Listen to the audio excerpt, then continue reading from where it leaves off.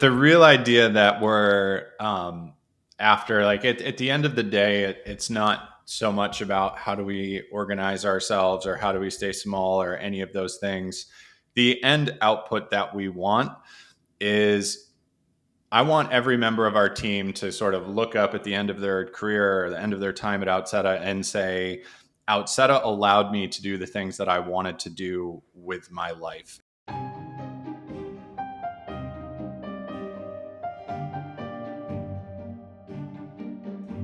Hello, friends. My name is Eric Cloward, and welcome to the Stoic Coffee Break. The Stoic Coffee Break is a weekly podcast where I take aspects of Stoicism and break them down to their most important points. I share my thoughts on Stoic philosophy as well as modern wisdom and do my best to share my experiences, both my successes and my failures, and hope that you can learn something from them, all within the space of a coffee break. This week's episode is another interview episode. So we're going to be talking with Geoff Roberts from Outseta, and I will let him explain a little bit more in detail what his company does. But a couple of weeks ago, I got an email from him. I'm subscribed to his email list.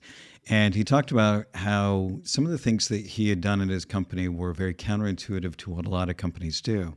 And a lot of the principles in there kind of reminded me of somebody who looked at the world through a more Stoic lens. And so I thought it'd be interesting to get him on here.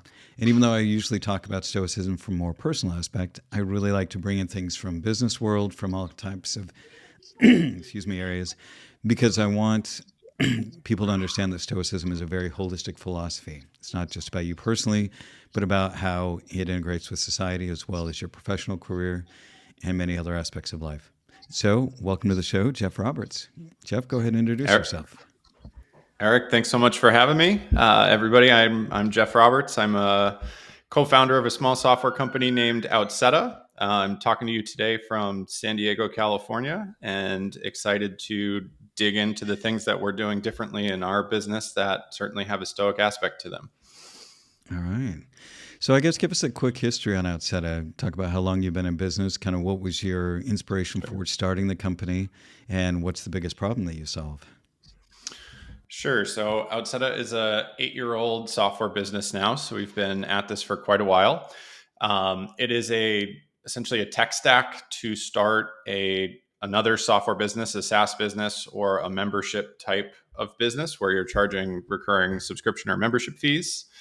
And we started the business because we had built previous software companies and sort of saw the challenges involved in those companies. When it comes to software, you have to basically buy a whole handful of different software products and stitch them together just to kind of have the basic operational needs of a software as a service business met.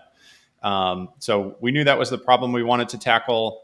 We also knew that we wanted to do a series of things that are quite different in building the company. And really at the core of that objective was keeping the company as small as humanly possible. Both in terms of headcount and generally in terms of the types of things we'd have to worry about in the context of operating the business. So we're doing a lot of things differently, but the idea is how can we sort of distill the company down to the most critical fundamental parts and focus on only those things. Excellent. Yeah, and in this article, it's called Growth by Elimination. That was very much what I got from that. And it was pretty impressive. I think we can kind of just go over the sections. So the first thing you talk about is that you've taken no VC funding at all. It's all been basically growth-led and being reinvested back in the company. What was your main decision behind that? Yeah, so our co-founding team came from a previous tech company that did raise venture capital. And it was not a reaction to having a terribly negative experience or anything like that. Actually, everything worked out fine. But when you take somebody else's capital and venture capital specifically, you lose control of your business in a lot of ways. There's another party, whether they have true ownership in the company and decision-making power over you or not, that has significant influence. And you're basically committing to needing to grow the business as rapidly as possible for eternity. And we just said we want to build a company that's successful. We want to have financial success just like any other company.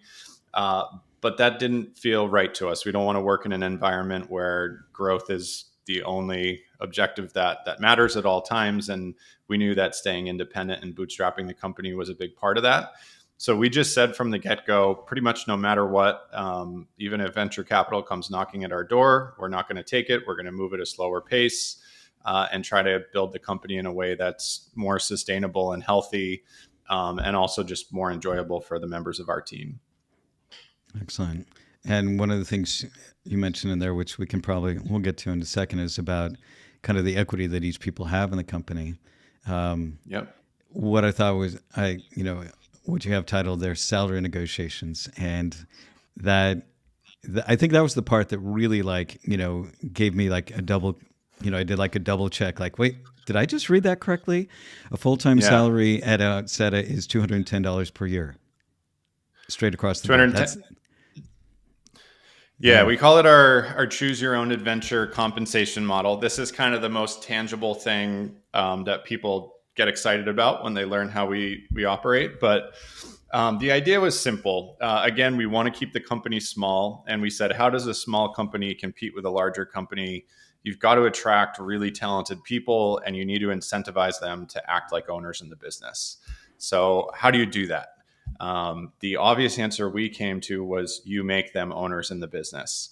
And we came up with this model that we think is attractive to relatively high caliber people, that gives them an opportunity to have ownership and also fits into their lives really regardless of where they're at in life or what their priorities are in life. So the three kind of pillars of the idea are: the full-time salary for every employee is $210,000 a year. You can choose to work anywhere from 1 to 5 days per week.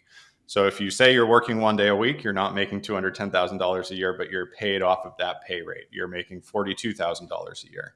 If you work 2 days a week, it's $84,000 a year, all the way up to that $210,000 base salary. And you can also elect to work any number of days per week, earning equity in the business. And everybody earns equity at exactly the same rate. So just as a simple example, let's say across all of our employees all time, 10 total days had been worked for equity in the business, and I've worked 2 of those. I own 20% of the company. It's really that simple. So the idea is people can come onto our team. We don't waste time with salary negotiations. Everybody knows what the deal is when they join. You can kind of pick the mix of cash and equity that works for you. And we think that we've created a ton of alignment within the team because everybody is an owner in the business in a material way. Yeah. Again, that's incredibly shocking. And I guess, especially considering what we see, it's kind of either one or the other, and you work for peanuts Yep. and you get some equity, or you work for, make a whole bunch of money and then you don't own anything in the company. And this was very egalitarian. So it was very, very kind of almost anti-Silicon Valley. And I just found it to be immensely surprising. So where did you come up with the idea? I mean, what was it that inspired you? Was there anybody else that you looked to and said, oh, I really like that model. That's something I want to do? Yeah, there were lots of little bits of inspiration, but really, like the core idea at the end of the day is to keep the company small and attract good people, and we kind of walked it back from there. I would say generally, I feel like it's known at this point that like the way you build wealth in this world is you have to own a piece of something. And having worked in companies that use the traditional VC model, the reality is, even in hugely successful companies, the employees are typically the ones that get relatively left behind, and it's tough for them to ever make any sort of real wealth because they simply don't own enough of the business. Usually the co-founders and some investors do. So we said, how do we give people on our team an opportunity to really have meaningful ownership? That's where the equity model came from. There's really no specific rhyme or reason to the actual $210,000 a year salary. We just kind of said, what's a very good salary that we think will help us attract pretty high level talent? Absolutely. There's particularly software engineers on our team that could go out and make a lot more money than that elsewhere. But I think part of what's been so beneficial about this model for us is we've kind of planted our stake in the ground and said, this is how we operate. This is how we work. and people select in or out. If it works for them and they're excited about it, they come running and knocking at our door. If it doesn't, and someone wants to go work at a Facebook or a Google and make a lot more, they have the opportunities to do that. And I think it's been really beneficial from that perspective. But a couple other just companies or influences that come to mind. Certainly, the CEO of a company called Buffer. It's another software company that operates kind of similarly. Has always been something of an inspiration. And there's a book by a guy named Frederick Laloux called Reinventing Organizations, which was a huge influence as well. That really advocates for a management philosophy called self-management that I think is very stoic in many, many ways. But the overarching idea of that book is hierarchy isn't necessarily helping us run organizations. You can build these smaller teams where people don't have authority based on a job title. You sort of earn influence by good decision making, by doing good work. People come in and sort of work in a more organic fashion, if you will. Like, we don't have really tightly defined job descriptions. I kind of do the marketing work because I am the marketer on the team, and the engineers do the engineering work because that's their skill set. So the idea is very much we can bring people into the company, sort of figure out where they're best able to contribute, and let them do their thing without the need for a lot of oversight. And in operating that way, is it less structured? Yes, certainly. But we think particularly for the kind of level of people that are a little further along in their careers that are on our team, that's also really fulfilling in a way that is going to help, them be happier with their work and enjoy their work more. So those are some of the ideas behind it. Yeah, I can certainly relate to that. Throughout my career, usually the jobs that I stayed the longest at were when I was kind of in charge of a whole project. So I wouldn't, Yep. I'd be the developer and the project manager, and the DBA because I was a full stack developer. And so I pretty much, Mm-hmm. owned the project from start to finish. Or I was on a very small team where I owned a large portion of it, or it was very collaborative. And so it was very easy to work within that. I think probably the one I liked least, or the ones I liked least, was when I would work on, a very large team, and I would be in charge of this one little piece, do this one little thing, and Yep. that was pretty much it. It's kind of like, even if I was just doing the back end work, if I owned the whole back end or most of it, then I was much happier doing that, because then I knew the whole system inside and out, and so I could make sure that everything worked better together. So that whole thing of self management was something that I thrived at, and I appreciated that Yeah. autonomy. That it's kind of like, hey, this is what we need to get done. Here's the date it needs to get done by. Go to work. And I'm like, okay, Yep. and that was much Yeah. easier. It's been kind of funny watching some of our newer team members just assimilate to the environment. It sounds great at first, and then you find yourself in that environment. And some people just thrive right away, but there's almost always an aspect of, wait a minute, no one's telling me what to do. I just kind of wake up and get to work on whatever I want to work on, frankly. But I think the key part that people miss when I talk to them about this is that everyone thinks this is this unorganized, kind of chaotic free for all. But the key is transparency. We give everybody in the business access to all of the information on the business. They can look at our bank account, they can see our financials. Everybody does customer service in our company. So we're so sort of deeply in the thick of all aspects of the business, and everybody understands the business, and everyone's an owner in the business. So we think that just creates enormous alignment for everybody to wake up and do the things that they think are going to push the business forward. And so far that has been very true. We have an enormously low level of conflict in terms of what we work on compared to any other company that I've ever been in. Yeah, I would tend to think that something like that would do a lot less kingdom building, which is the idea Yes. that there are some managers who get into play or get into place in a position of power, and what they try to do is build out their departments so they have the highest headcount, they have the most resources, and Yep. it's basically an ego thing, because they just, even if they don't understand what half of their products are doing or what half the project is doing. It's about how can I make sure that I get all of this stuff. And if you don't really have a hierarchy like that, nobody can really kingdom build because Yep. it just doesn't happen like There, that. You have to collaborate. It forces you to understand those things in a much deeper way. yeah, there's no title to be had. There's no raise to be had.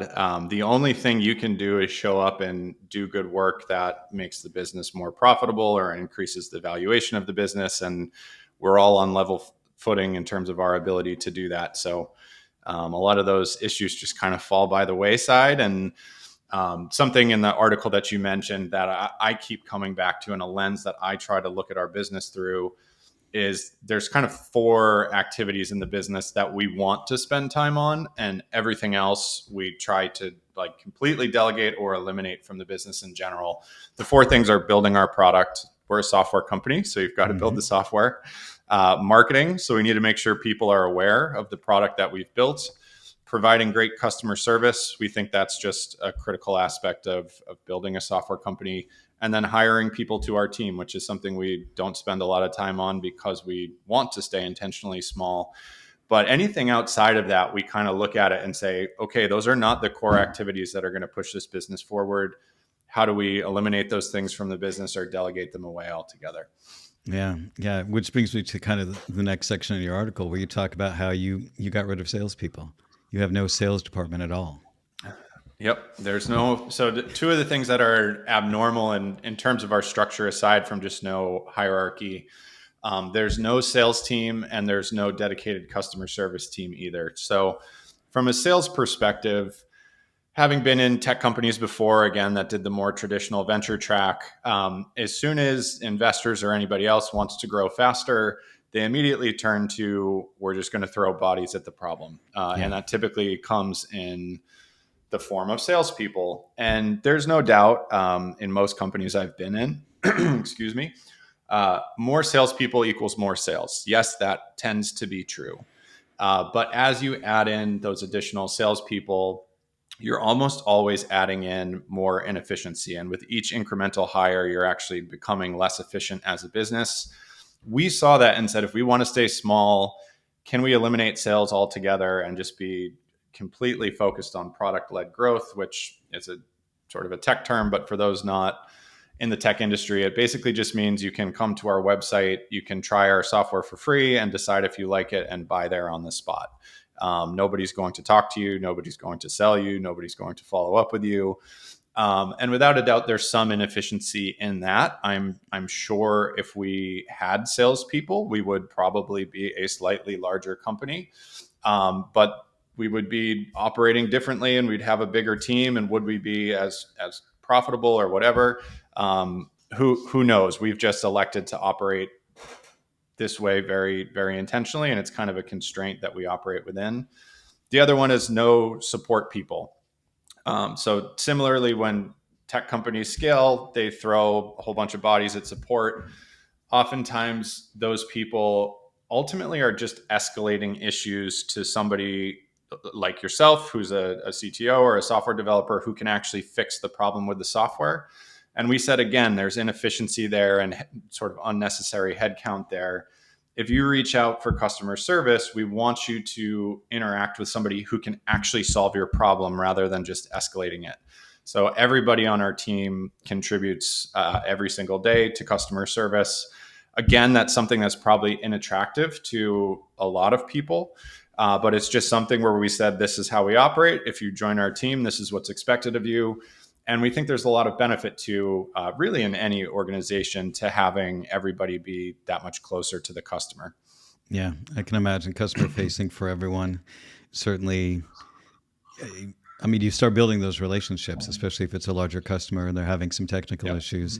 I know that the customers, when I ended up having, because I worked for a small company for a number of years where I was CTO and I was still developing, I was still doing a lot of customer interaction. Especially on the technical side of getting our software set up on their systems and so on. And oftentimes the most problematic ones were the ones where I got to know them the best because we were solving a problem together and we got to be really good friends, even though, you would think that, oh, we had a big problem installing this, they'd be angry with you, but it became the reverse, and that we were solving it Yeah. together, and we got to be much closer because we're going back and forth and trying to make sure that we could troubleshoot what was going on. So that's interesting. Absolutely.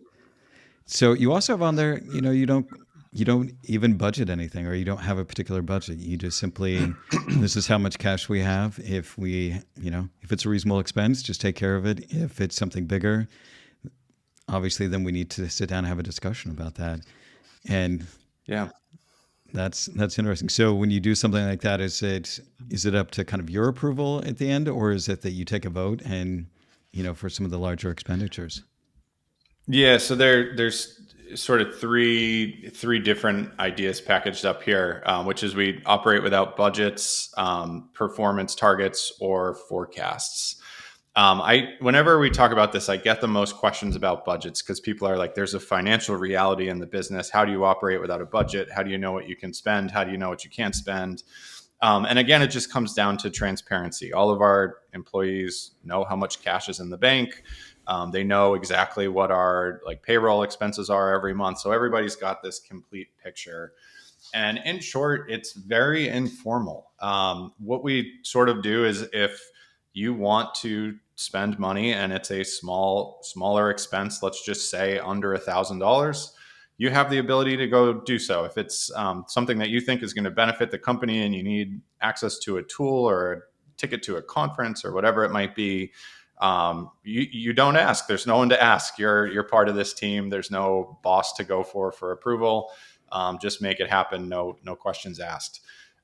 For something that is truly larger, that would be like a significant investment for the business. We absolutely expect you to recognize that this is a significant expense for the business that's going to come at odds with maybe other things we want to invest in. You bring it up with the team, you make your case, you go get advice from other experts, or if you're the subject matter expert in this particular area, you make your case for it, and we will discuss it and make a decision about whether that's something we want to spend money on or not. But it's really that informal. The general idea is that for these smaller expenses, employees don't have to worry about getting approval or anything like that. And it's been shockingly smooth when it comes to the performance targets and the forecasts. We look at that a little bit differently. Our mindset there is just kind of a forecast or a performance target. These are sort of arbitrary numbers that are put out there in an attempt to control what the future looks like. Yeah. And you can't control what the future looks like. I mean, just Absolutely. coming off the back of something like COVID here, markets are volatile. The world is volatile at large. Certainly, we have an idea of the general trajectory of our company at any time.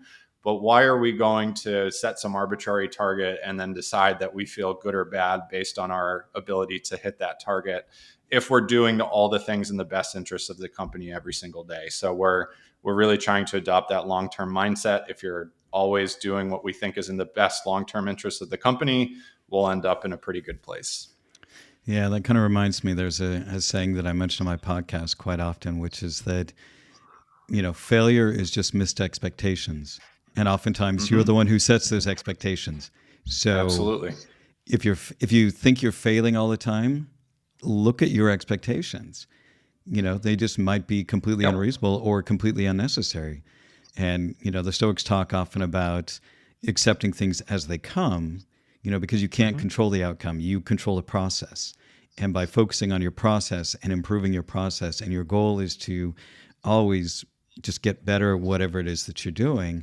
And that's what success is. You may never achieve that goal that you want because there are factors outside of your control. But if you're continually progressing and you're controlling the process, then that's not a failure. What more can you do? Absolutely. Yeah. So that's something that I found, again, everything I was reading on there, I'm just like, oh, this sounds like a Stoic company. I mean, just really just how everything is done. So with some of the financial things we talked about, did you find it hard at first to trust people like that and just kind of like, okay, we're opening up all the books, doing things this way? Have you had anybody abuse that? I mean, you don't have to name names or anything like that, but We have not whatsoever. We've had zero issues with anything trust related within the business. I would be the first one to tell you, operating this way requires a super high trust environment in general.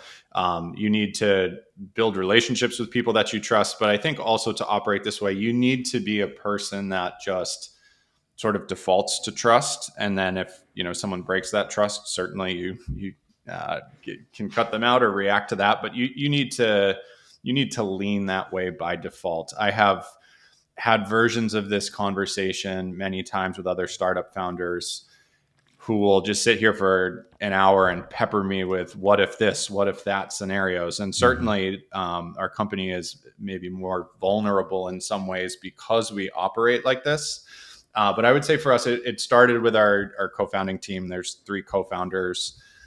We had all worked together previously for a significant period of time. And frankly, our desire to work together had a lot more to do with wanting to prove that you can build a company this way than the actual product idea that we ended up building. So we started with a really high trust kind of nucleus or core of the team. And from there, I would say we definitely hire through referrals or through our networks quite a bit. Those people that we don't hire that way, we almost always work with people in a contract basis first, or give them some sort of paid test project where we really get an opportunity to get a feel for each other. And it just forces you to hire slow, which I think ultimately is a really good thing. Mm-hmm. I'm a huge proponent of the single biggest, most important thing that any company does is hire good people. And I'll, if it takes 3 extra months to find the perfect person, I'll take the 3 extra months every single time. Yeah. No, I think that's really important because I was going to ask if you had uh, any particular things that you do to look out for red flags of people that you wouldn't want to hire. You know. Yeah, I would say honestly, it's certainly not foolproof, but there's a few things that come to mind. One is just talking about this stuff and publicizing this stuff. It tends to attract people that these ideas appeal to. Mm-hmm. We're not attracting like the really sharky type of people that are out to maximize their own, personal income to the highest extent possible. And I think that kind of helps in and of itself. But we do have escape hatches. Like we have an operating agreement, and there's a way to fire people from the organization if collectively the team thinks they're not up to snuff or whatnot. There is a way that if people have equity in the company and want to leave, we have sort of a formalized process by which we can buy back the equity that they hold from them. So we still have, means of, if things did go wrong, dealing with that. But one of the things I'm most proud of so far is in the 8 years we've been in existence, nobody that's joined the team has ever left. I know Wow. that's not gonna stay forever, but I'm happy to say the entire team is intact at this point. Wow. No, that's great. And it kind of reminded me. I just finished up a book from Brian Klaas called Corruptible, and it was just all about how corruption happens, who's drawn to you know leadership positions, the type of people who are drawn to that. Plus, but one of the biggest things was just that having an organization where it's hard to be corruptible, or Yep, basically if the system is set up in a way that it's hard, because as soon as you did something that, and it sounds like that's also kind of there in that if somebody withdrew $5,000 from the bank account because everybody has access to it, everybody would know pretty fast that somebody's trying to cook the books here or trying to do totally. something a bit unethical. And so by having that Yep, trans I think you kind of nailed it, that transparency. And that's what he talks about in there as well, that transparency for leaders especially is incredibly important. So like that just, yep. I think that was one of the biggest things. And it sounds like you've created a culture there where that isn't even an issue, simply because this is how we're going to be doing it. We're going to trust everybody. We're going to Yep. create a culture of trust and transparency. So you can't really get away with doing anything that's untrustworthy because it'll be noticed very quickly. That's 100% right. And I think the other kind of interesting point here is a lot of people look at the model and say, with no hierarchy, who is providing leadership? Like, how does that work, and how do decisions get made? And in practice, of course, there's still leadership within the company, and frankly, I play a big part of that role. I would say, while we don't have titles, if there was someone that plays a role akin to the CEO, it is me. Hmm. And it's not because I have positional authority that says I am making the decisions and I need to be the one broaching these tough topics or anything like that. It's more so because that is a skill that I have that I can bring to the team. And some of the other people on the team, frankly, don't want to play that position. They want to write code, or they want to do design, or they want to focus on these other areas. I enjoy the leadership aspect, so I do play a bit of that role. But what it sort of means is I am much more of a facilitator than a decision maker. So, Hmm.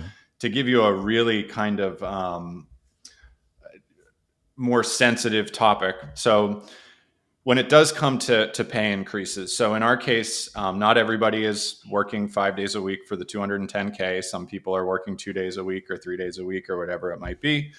And once a quarter, we sit down as a company and we say, okay, we've increased revenue by X amount. We can increase somebody's pay if they want it.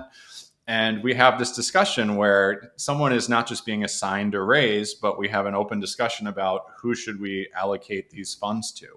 And we had to come up with a process to have those conversations in a fair way.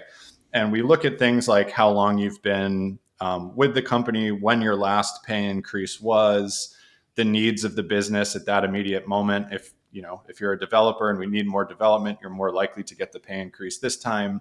But we also look at personal factors. If we have a employee that is more senior and more financially independent in their own right versus a younger employee that maybe just had kids, that is kind of cash strapped, we fold all these things into consideration, and we have a discussion about it.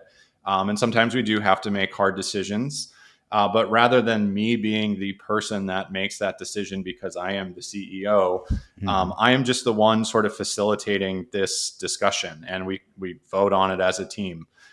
So it's just a different way of making decisions and organizing ourselves. But at the end of the day, we still have to make, all the decisions and have all the same problems that any other business would have. Well, that's interesting. So it sounds like it's almost become like a family in a way, in that it's like, what's going to be the greater good with our decision making on this. And even though Yep. I may have been there for 10 years and I've done all of these things, this person needs it a little bit more. And they've also done really good work. So for the long term benefit of the company, that's where it's going to go. That's, 100%. People, I'll call it out because I know people get jumpy about it. People get very jumpy about the word family when it comes to business, and yes. I understand why. I think it's a team, and we treat it like a team, and what's best for the team is best for the company long term. Yeah, absolutely. And I say family not in like, you guys are hanging out every weekend doing those kind of things, but just Right, more that right, right. you look at it as, I mean, Yeah, you spend a lot of time at work, and work is very important, and the people you work with are incredibly 100%. important to you. And if they're not, then, you know, there have been jobs where it's been hard for me to leave, where I didn't want to, but there were circumstances where Yeah. it's just like, I need to get out of here. This just isn't good, but I'm going to really miss you, and I'm going to miss these things. And then there was somewhere I left where I was just like, God, I can't get out of here fast enough. Um, Yep. Yep.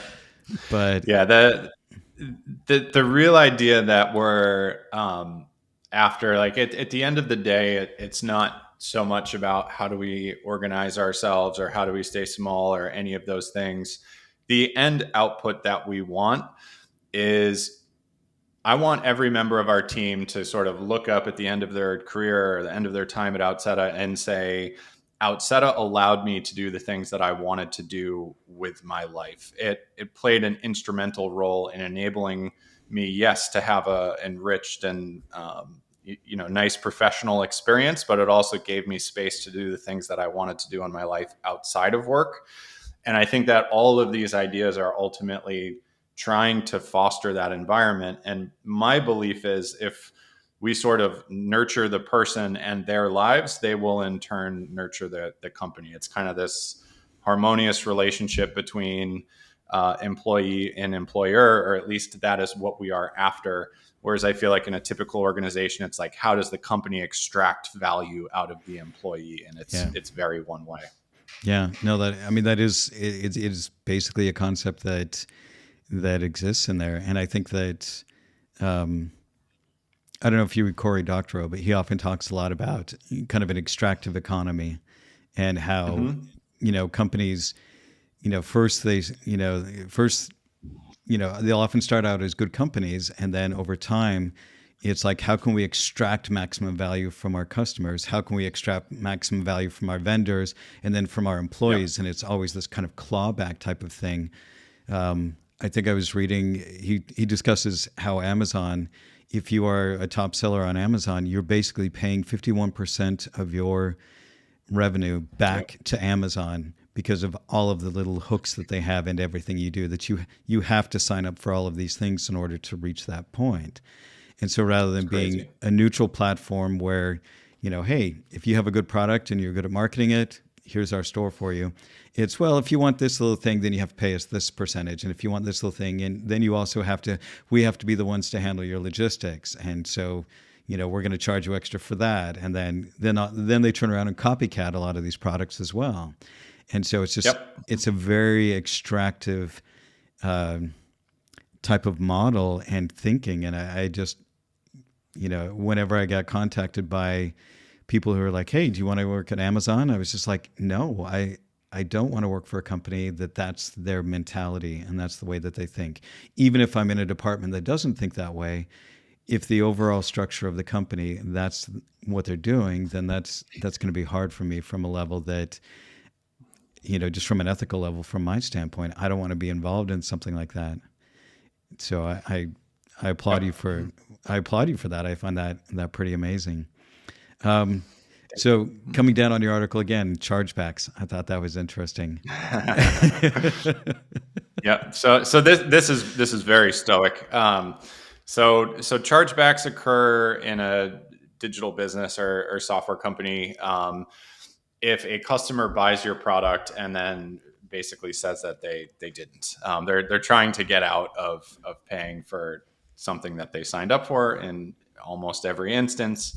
It happens more than you would expect, and software companies and online sellers like Outseta oftentimes spend a lot of time um, sort of battling these customers that initiate chargebacks, and there's a dispute process, and the customer presents their case and you present your case, and the banks or the powers that be decide who's right and whether the customer has to pay or whether the business has to refund the customer. And it's this big, stressful process, which 90% of the time the business loses. They almost always rule on behalf of the customer for whatever reason. And particularly in my world, I talk to all these other founders of software startups, and they sit there and they battle this stuff day in and day out, and they're pulling their hair out, and they're frustrated that they never win, and they spend a lot of time on it. And to me, this one was just so obvious. You win at such a low rate that if you, and it's not even like looking at it from a financial perspective, although that's the point I'm making here. If you look at the investment of your time and the amount of stress that you take off for the amount of money that you might actually win through all of these disputes, it makes zero sense. It would be like the worst ROI on your time imaginable. And the reality is a lot of people do this because they feel like they were wronged. Somebody came and showed up and paid for a product and said they didn't. And now it's costing you something. So I get that it's this undesirable circumstance. But from my perspective, if I can just wipe my hands and not think about that, that's what I'm going to do. And that's what we've done in the case of Outseta. All time, we have never even disputed a chargeback. I know the dollar figure of what that's cost us. It's cost us some money, but what it's helped us gain in terms of time and stress, the ROI is through the roof positive, at least in my mind. So it's just another example of looking at something and saying, no, we're not going to do that. Yeah. No, yeah. And that's definitely a very Stoic thing of just recognizing that, it's, you have very little control over the situation, first off, and Yep. recognizing that Mm-hmm. is really important. And then secondarily, it's like, is it really worth it? Is it worth all of the stress? And then, like you said, recognizing that it's kind of an ego thing for some people. I think that's kind of the third thing. Totally. It's just like, because they feel like they're wronged. And it's like, yeah, they might have been, but, you know, is it worth holding on to that? It's like when I moved here to Amsterdam, Yep. I was trying to find an apartment, and I spent months going to different apartments and not getting any. And then I ran into this guy who was like, "Yeah, I'll get you an apartment." Showed me an apartment. I paid some money on it. We were supposed to meet up, and then he disappeared. And I was like, "Oh, you know what? I had a I should have followed my gut on this one. I ended up losing 5,500 euros on that, and Yikes. yeah, it wasn't good, and I felt kind of more stupid than anything. But and I Yeah. I recognized what I had done, and I was just like, I was disappointed, I was frustrated, but I wasn't angry about it. And I had some Yeah. people, I talked to some friends about it, and they're like, "Oh, doesn't that make you mad?" And I'm like, "Why?" And they're like, Yeah. "Because this guy screwed you over." I said, "Well, the thing is I can't find him. There's nothing I can do about this situation. So me getting angry Yep. about this is me choosing to be in a bad mood that won't change anything." Yep. Absolutely. And I just, once I recognized that, I was just like, okay, I'll just let it go. And people are like, "Wow, are you some kind of Zen master?" And I'm like, "No, but I've just recognized, I recognize there's nothing I can do in this situation. So me getting angry about Yep. it is deliberately choosing to feel awful for days or weeks and brooding about it when it's not going to change anything at all." So I filed a police report, and they said, "Yeah, well, Oh, it happens a lot. Probably won't hear anything from." And I said, "Yeah, but it's one more data point. So if somebody else reports on this guy, and then somebody else reports on this guy, pretty soon, if there's yep. enough of them, then you guys have a good, track record to actually be able to go after him at some point if it turns into a bigger thing." And so for me, it was just like, all right, let's go ahead and just let that thing go. Um, Good for you. Yeah, and I don't say that to pat myself on my back, but just to show people that Stoicism actually Yeah. really does work. And I mean, if this had been 10 years ago, I would have been fuming. I would have been raging Sure. probably for Sure. days about it and just been like, "Oh, can't believe you did that to me." And this time it was just like, well, that was a dumb decision. So let me ask you then. I think a lot of people in that situation, right? The emotional aspect of the situation takes over, and it's your natural reaction to feel frustrated and wronged and all that type of stuff. How have you trained yourself to break out of that cycle when you still have those feelings? I'm sure, but you're recognizing that they're not suiting you and they're not going to be productive for you. How have you learned to let go in that scenario? For me, it's just been that practicing of that objectivity.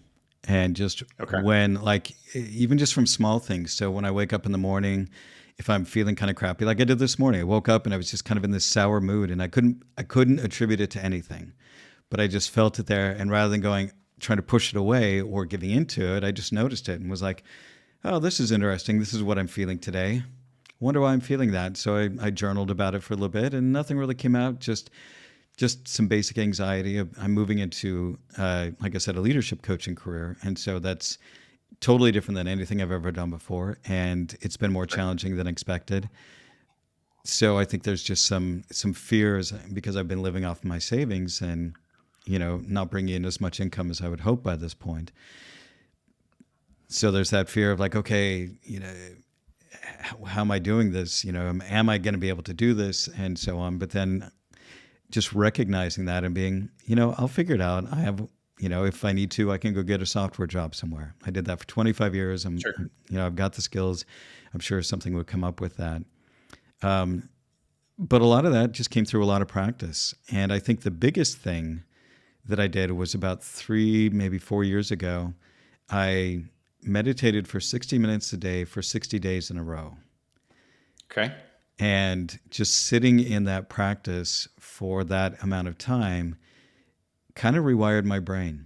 and I did a number of things. I think the first thing is that I got to know my own brain much better. So when I would have when I was trying to meditate, and my mind would get distracted and float off into wandering thoughts, then I would just notice what I was thinking about and then bring my focus back to my breath and just do that for an hour. And that's all I did. After you do that for a while, you start to get comfortable in your own mind and you understand how to kind of uncover things as just because you get to know it better.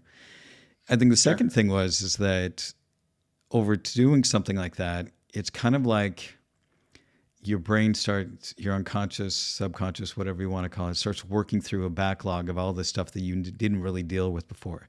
Because sometimes I just have random thoughts about things from Mhm. 15 years ago, and I'm like, where did that come from? You know? Yep.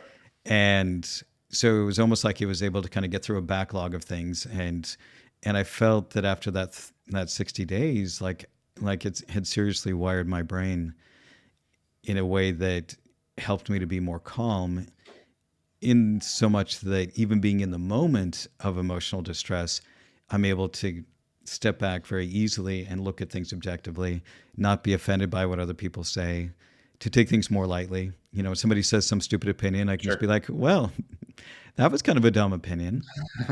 Yep. Okay. And Yep. understanding that it doesn't have anything to do with me, it's just their opinion about something. And yeah, I think it's kind of it takes a lot of work, and it takes a lot of just that self-awareness and that introspection and taking time to reflect, writing a new journal. And it's a consistency thing, I think, more than anything. Is meditation still something you do daily or? Actually, I haven't for quite a while, just because, like I Okay. said, I got to that point where I feel like when I'm in that kind of emotional distress, I can just step back in the moment and easily figure out what it is, and then slowly move Okay. things in the right direction. And I think a lot of it is also because of that. There's an acceptance. So when you feel something, you just accept it for what it is. You don't try and push it away, and that just Sure. accepting, this is what I'm feeling right now. And yeah, I think there was it was either a Stoic quote or a Buddhist quote, but it was something like, when you sit in your emotions, you recognize that they are just like, a rainstorm passing by. It may be raining this moment, and in an hour, it's sunshine. And your emotions are Yep. exactly the same way. How do you think about the relationship between Stoicism and Buddhism? I certainly see that sort of awareness aspect to both, but how are they the same and how are they different? Yeah, I always joke around with people that Buddhism or that Stoicism is Greco-Roman Buddhism. It's Okay. the principles are very, very much aligned. There's they have amor fati, which is acceptance of everything that happens in your life. So amor fati meaning love your fate. That it's not Okay. just about accepting it, but learning how to love everything that happens to you, because one, it's going to happen anyway, whether you Either like it or way. not. The universe doesn't care.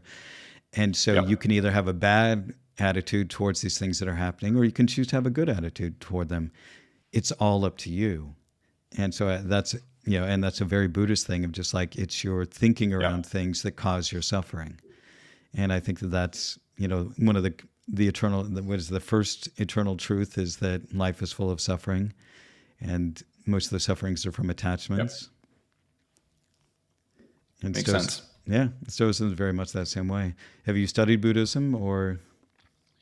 I would say I've studied Buddhism and Stoicism about the same, meaning I have slightly beyond surface level understanding of both, but they obviously appeal to me and manifest themselves in my life, in my business, and in other ways too. Yeah, I was going to say that. I was going to ask what. I mean, we talked a bit about some of the things that influenced you in coming up with this idea, but you also seem to have a very calm, easygoing manner, and just very, very comfortable in your own skin. Where do you think that came from? Because you seem reasonably young. Probably, I'm not sure how old you are. I'm I'm 38. Okay.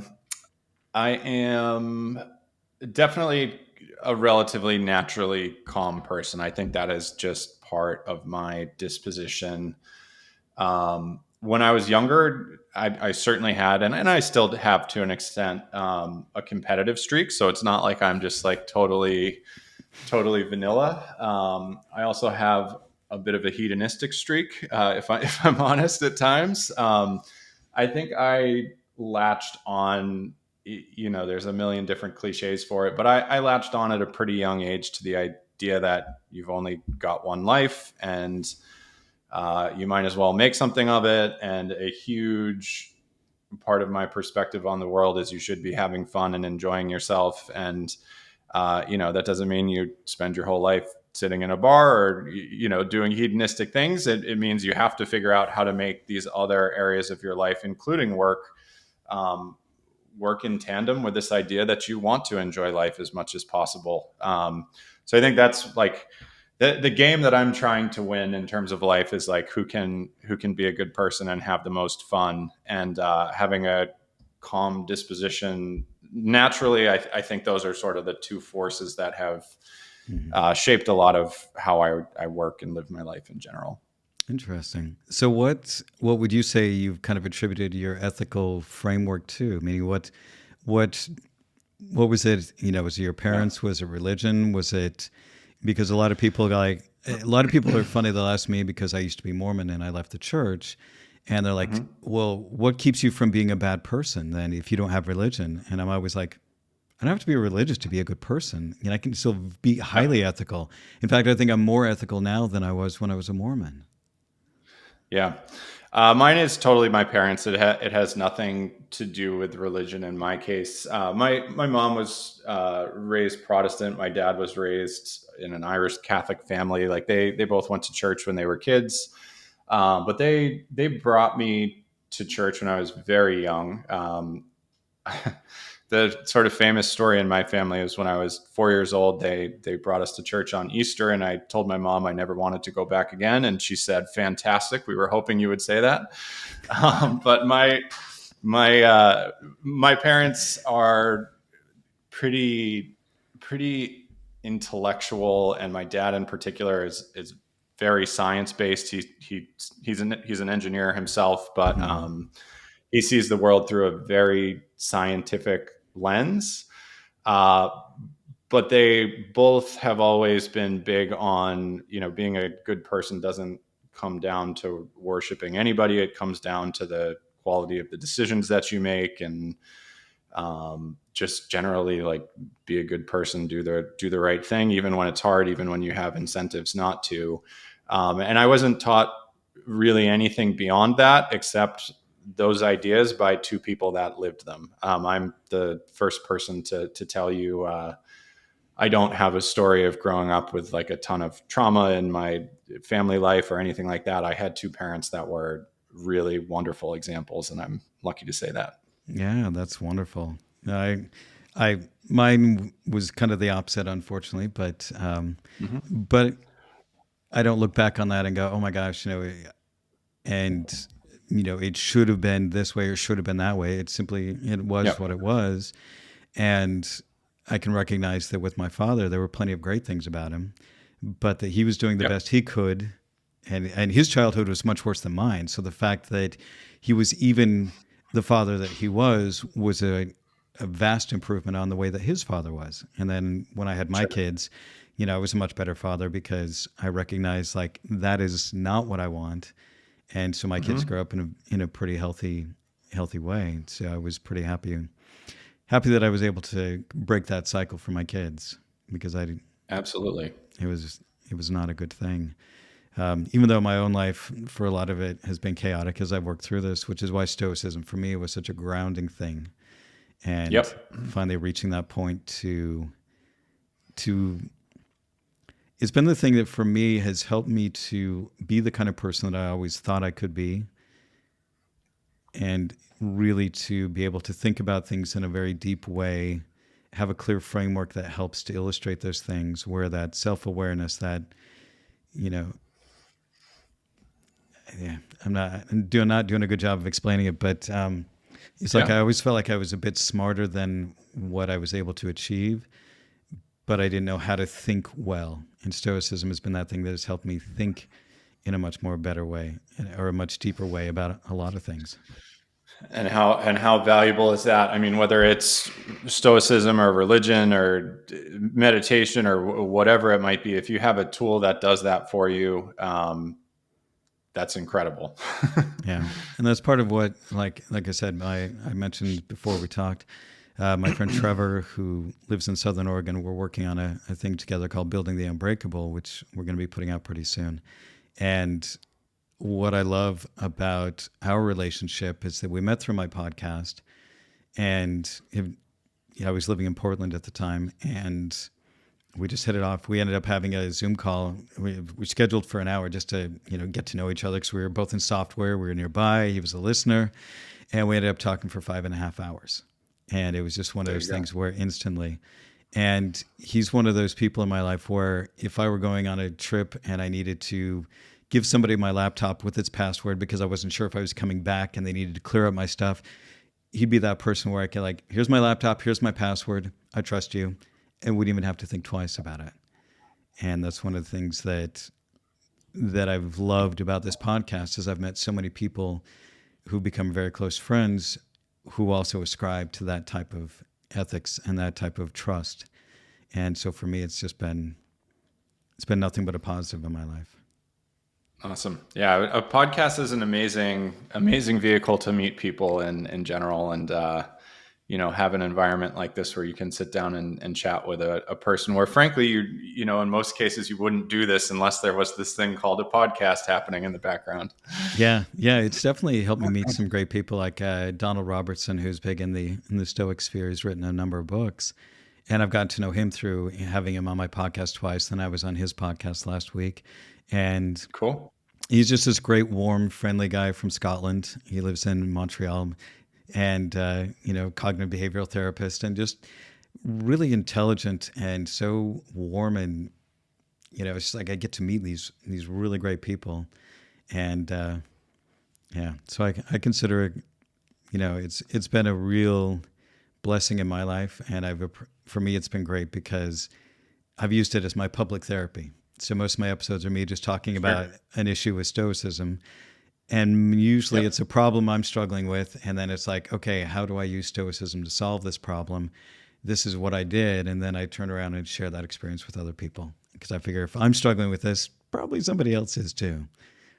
100%.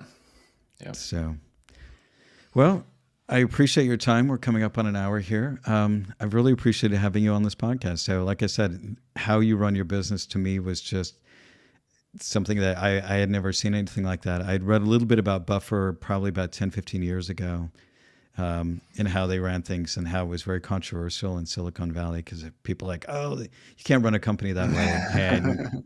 And yet, and it sounds like the way that you have your company structured is something that I really admire, and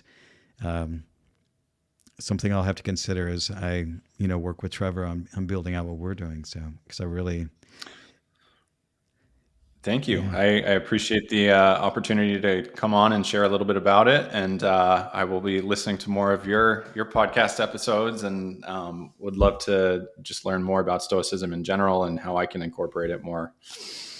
Yeah, it's been, like I said, it's been life-changing for me. So I'm kind of an evangelist in a way about it, but because it's just one of those things where there's no dogma to it. It's like, here's a set of principles, some ideas, some ways to think about the world. Take what works for you. Don't, if something doesn't work for you, then don't use it. But it's just a way of approaching the world that I found to be incredibly beneficial, of using rationality to handle your emotional states. And that for me that's probably one of the most core things about it, and found it's been really incredibly helpful. Well, thank you again for your time. I'm going to sign off to my podcast listeners here. And that's the end of this week's Stoic Coffee Break. As always, be kind to yourself, be kind to others, and thanks for listening.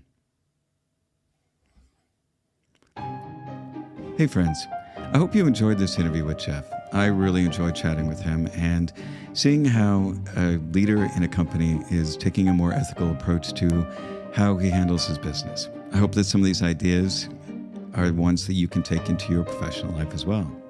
Also, just want to let you know that my book Stoicism 101 is out. You can find it on all the major online retailers, including Amazon, Barnes & Noble, and Bookshop, as well as the audio version on Audible. You can find out more information on my website at stoic.coffee, or there's a link in the description down below. Also, if you had any comments or questions, I would really appreciate it if you would go ahead and put those down below. And they could be about Stoicism or anything in general. And make sure that you subscribe to the channel. Thanks again for watching.